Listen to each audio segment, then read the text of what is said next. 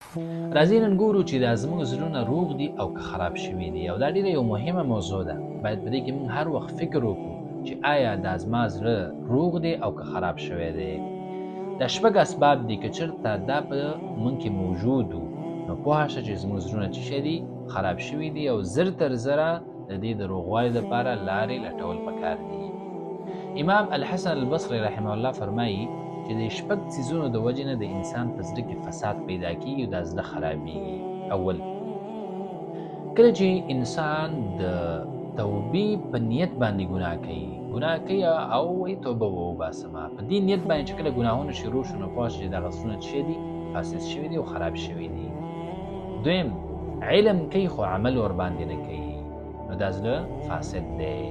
دریم، په خپل علم باندې عمل کوي خو اخلاص پکې نه دی موجود، د الله سبحانه وتعالی دپاره یې نه کوي، نور اغراض او مقاصد یې ورکېږي. څلورم، د الله سبحانه وتعالی د رزق نه خوراک کوي خو د هغه شکر نه وباسي.